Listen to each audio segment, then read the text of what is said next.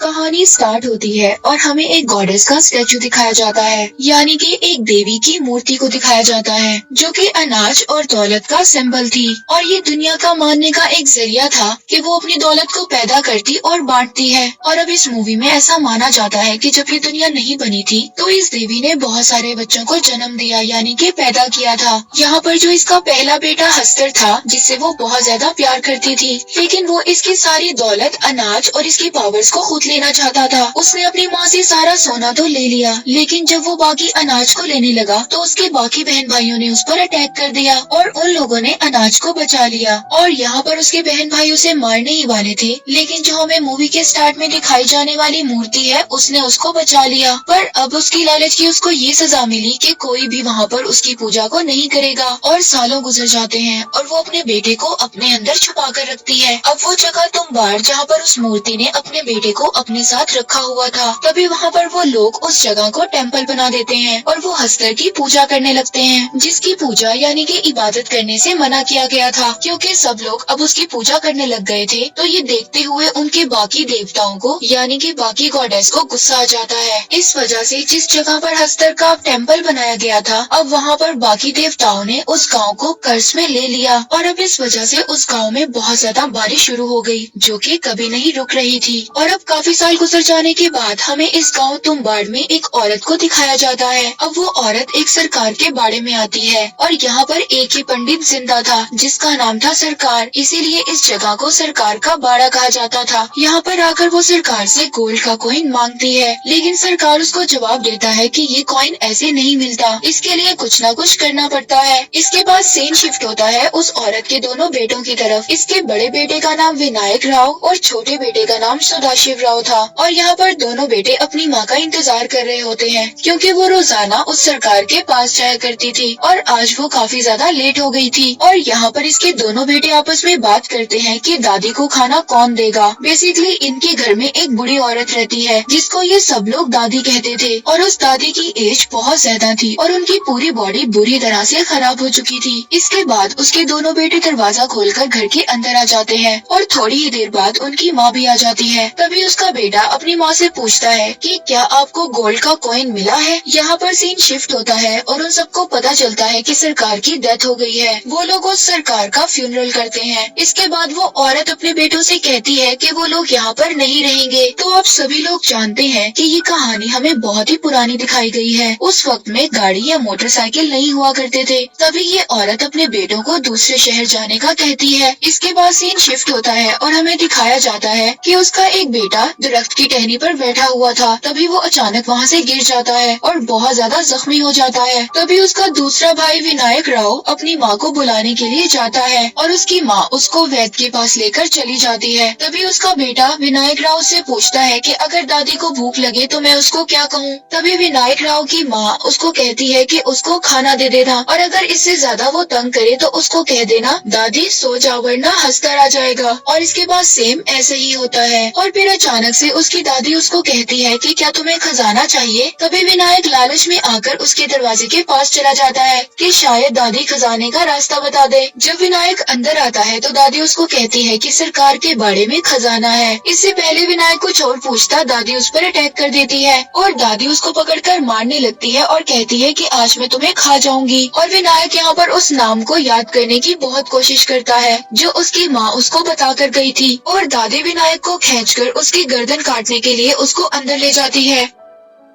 और फाइनली यहाँ पर विनायक को वो वर्ड याद आ जाता है जो उसकी माँ कहकर गई थी, सो जा दादी नहीं तो हस्तर आ जाएगा। और ये सुनते ही दादी सो जाती है और तभी वहाँ पर विनायक की माँ भी आ जाती है। विनायक अपनी माँ से अपने भाई के बारे में पूछता है और उसकी माँ कुछ नहीं बताती, क्योंकि विनायक का भाई मर चुका था। और उसकी माँ अब उसको कहती है कि हमें यहाँ से फौरन निकलना होगा। और सुबह होते ही ये लोग एक बोट में बैठकर दूसरे शहर के लिए रवाना हो जाते हैं। और अब विनायक फिर से अपनी माँ से उस गोल्ड कॉइन के बारे में पूछता पूछता है। तभी उसकी माँ विनायक को एक गोल्ड कॉइन दे देती और विनायक अपनी माँ से कहता है कि अगर हम दादी को खाना नहीं देंगे तो वो ऐसे ही शायद भूखा रहकर हमें खजाने के बारे में बता दें। लेकिन उसकी माँ यहाँ पर उसको चुप करवा देती है और अपनी कसम देती है कि वो आज के बाद इस तुम्बाड़ गांव में नहीं आएगा। शायद उसकी माँ ने अपने बेटे को खोकर अपनी लालच का सबक सीख लिया था। इसके बाद हमें 15 साल बाद का सीन दिखाया जाता है, जहाँ पर हम ये देखते हैं कि विनायक अब बड़ा हो गया था और वो दोबारा से तुम्बाड़ गांव में आता है, क्योंकि शायद आज भी उसके दिल में इस बात का लालच था जिस खजाने के बारे में उसकी दादी ने उसको बताया था। इसीलिए वो सबसे पहले अपने घर आता है और देखता है कि दादी आज भी जिंदा है, लेकिन उनसे एक बहुत ही बड़ा दरख्त बन गया है। और विनायक फिर से अपनी दादी से उस खजाने के बारे में पूछता है और वो कहता है कि दादी अगर आप मुझे खजाने के बारे में बता दें तो वो खजाना हम दोनों आपस में बांट लेंगे। उसकी दादी उसको कहती है कि अब मुझे कुछ भी नहीं चाहिए और अब मैं और ज्यादा जीना नहीं चाहती। तर अपनी दादी से डील करता है कि आप मुझे खजाने के बारे में बता दें और मैं आपको आपकी जान से आजाद कर दूंगा। तभी उसकी दादी उसको बताती है कि कई साल पहले की बात ही है कि मैं कुएं में उतरने में माहिर थी और अब फाइनली विनायक को पता चल जाता है कि खजाना कुएं में है और अब वो उस जगह का भी पता लगा लेता है कि जिस जगह पर वो कुआं था और वो उस कुएं में उतरने की प्रैक्टिस भी कर लेता है। लेकिन वहाँ से खजाना कैसे लाना है ये बात उसको अभी भी पता नहीं चलती। और फिर विनायक दोबारा दादी के पास आता है और दादी उसको सारा राज बता देती है। इसके बाद विनायक दादी समेत अपने घर को आग लगा देता है क्योंकि उसने दादी से वादा किया था। और अब जब वो एक गोल्ड की कॉइन को लेकर अपने घर वापस आता है तो देखता है कि उसकी बीवी ने एक छोटा सा कारोबार शुरू किया है। वो अनाज पीस कर बेचती है और यहाँ पर विनायक अपनी बीवी को कहता है कि मैं तुम्हें रानी बना दूंगा। अब हमारे पास बहुत ज्यादा पैसे आने वाले हैं और हमारे यहाँ पर दिन बदल जाएंगे और हम बहुत ज्यादा अमीर होने वाले हैं। और फिर विनायक अगले दिन अपनी हालत को ठीक कर कर उस पंडित के पास आता है जिससे उसने कर्जा लिया था। वो उसको वो गोल्ड की कॉइन दिखाता है और उससे पूछता है कि ये कितने पैसे की है। और यहाँ पर विनायक अपना कर्ज वापस कर देता है जो उसने पंडित से लिया था। और अब विनायक इसी तरह कुछ दिन बाद तुम्बाड़ गाँव जाता और वहाँ से कुछ गोल्ड की कॉइन्स लेकर आ जाता और उनको शहर में आकर बेच देता था। इसी तरह वो दिन ब दिन अमीर होता जा रहा था और इसी तरह विनायक का घर भी बदल गया था और उसकी कंडीशन भी काफी अच्छी हो गई थी। और अब उस पंडित के दिल में भी लालच था जिसके पास से विनायक ने कुछ पैसे लिए थे। और अब वो पंडित विनायक के पास जाता है और उसको कहता है कि वो उसे अपने काम में हिस्सेदार बना ले। लेकिन विनायक उस पंडित की बात को नहीं मानता। अब उस पंडित के दिल में लालच था कि वो भी तुम्बाड़ गाँव जाकर गोल्ड की कॉइन्स को लेकर आए। तभी वो पंडित 2 दिन के लिए एक औरत को पैसे देता है कि वो विनायक के साथ रहे, तभी वो तुम्बाड़ गाँव जाकर उस खजाने का पता करेगा। लेकिन वो लड़की और ज्यादा पैसों के लालच में विनायक को सब कुछ बता देती है। इसके बाद सीन शिफ्ट होता है तुम्बाड़ गाँव की तरफ। वहाँ पर हम पंडित को देखते हैं जो अब तुम्बाड़ गाँव में पहुँच गया था। इसके पीछे ही विनायक भी आ जाता है जिसकी नजर सिर्फ पंडित पर थी। लेकिन विनायक जानबूझकर उस पंडित को सब कुछ दिखाता है कि वो किस वक्त क्या करता है। और वो पंडित देखता है कि विनायक एक कुएं में उतरता है और उसके कुछ देर बाद वहाँ से बहुत ज्यादा गोल्ड के कॉइन्स लेकर आ जाता है। और अब वो पंडित भी ऐसा ही करता है। इसके बाद पंडित कुएं में उतरकर काफी आगे जाता है क्योंकि रास्ता बहुत ही ज्यादा तंग था और इस कुएं की दीवारें रेड कलर की थी। और यहाँ पर साफ महसूस हो रहा था कि कोई सांस ले रहा है। और यहाँ पर पंडित एक छोटे से ट्रंक को देखता है। जब वो खोलता है तो उसमें एक छोटी सी आटे की गुड़िया निकलती है। वो जब उस गुड़िया को पकड़ता है तो तभी हस्तर को अनाज की खुशबू आ जाती है।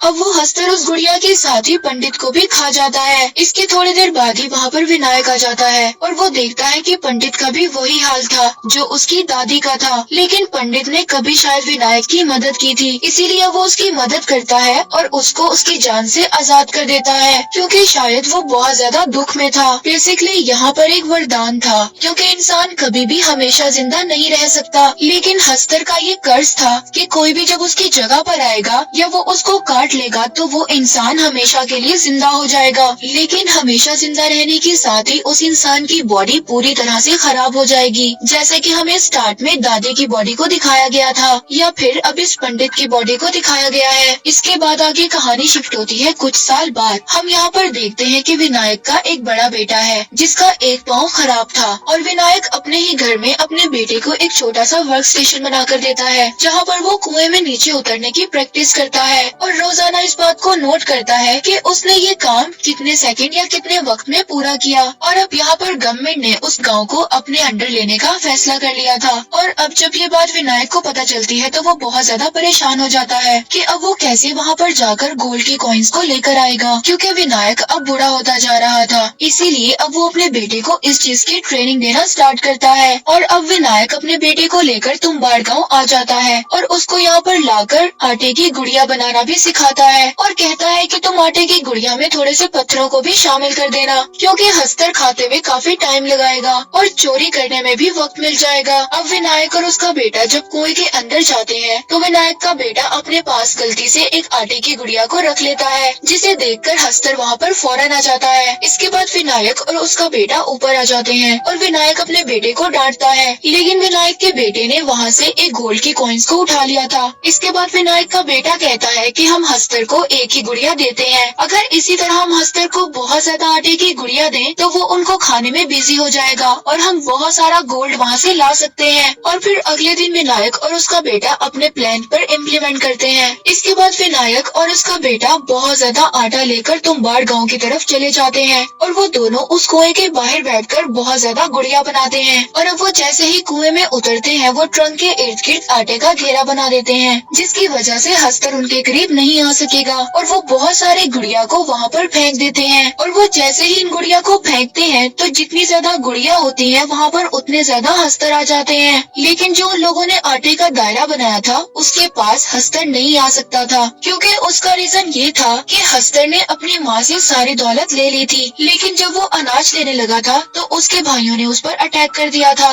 और उसके ऊपर इस बात का कर्ज था कि वो अनाज को अपने हाथों से नहीं ले सकता। तो यहाँ पर तो अनाज हस्तर को इंसान खुद दे रहे थे, तो वो इतने साल के बाद उस अनाज को क्यों ना खाता, और इसी वजह से वो उस दायरे को पार नहीं कर सकता था। और अब काफी रात हो चुकी थी। विनायक और उसका बेटा उसी दायरे में वो इस बात का इंतजार कर रहे थे कि जैसे ही गुड़िया खत्म हो हस्तर की तादाद भी खत्म हो जाएगी, लेकिन उनके पास एक और बड़ी गुड़िया पड़ी थी। अब विनायक उस बड़ी गुड़िया से छोटी छोटी गुड़िया बनाकर अपनी बॉडी पर बांध लेता है, क्योंकि यहाँ पर दोनों में से एक का सेक्रीफाइस करना जरूरी था। तो विनायक इसीलिए अपने आप को सेक्रीफाइस कर देता है और अपने बेटे को बचा लेता है। और अब वो खुद ब खुद उस कुएं से बाहर आ गया था। तो जैसे ही हस्तर विनायक के पीछे जाते हैं और इस घेरे से टच होकर सभी हस्तर मर जाते हैं और फाइनली ऐसा मोमेंट आता है कि यहाँ पर सभी हस्तर खत्म हो गए थे। और अब विनायक का बेटा भी उस कुएं से बाहर आ जाता है और फिर जब वो कुएं से आकर अपने फादर को देखता है और अब विनायक की भी वही हालत हो चुकी थी